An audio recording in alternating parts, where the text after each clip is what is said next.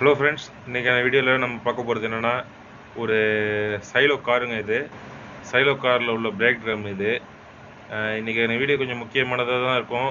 முடிஞ்சளவு ஸ்கிப் பண்ணாமல் பாருங்கள். கொஞ்சம் பயனுள்ள தகவலாக இருக்கும். பிடிச்சிருந்துச்சின்னா லைக் பண்ணுங்கள், மறக்காமல் சேனலை சப்ஸ்கிரைப் பண்ணிங்க. வழக்கம் போல் நம்ம சொல்கிறது தான் இதெல்லாம். வாங்க வீடியோக்குள்ளார. அந்த இனாம் இப்போ பார்த்தீங்கன்னா, வீட்டுக்கு காரு வந்துட்டுங்க ரொம்பவே.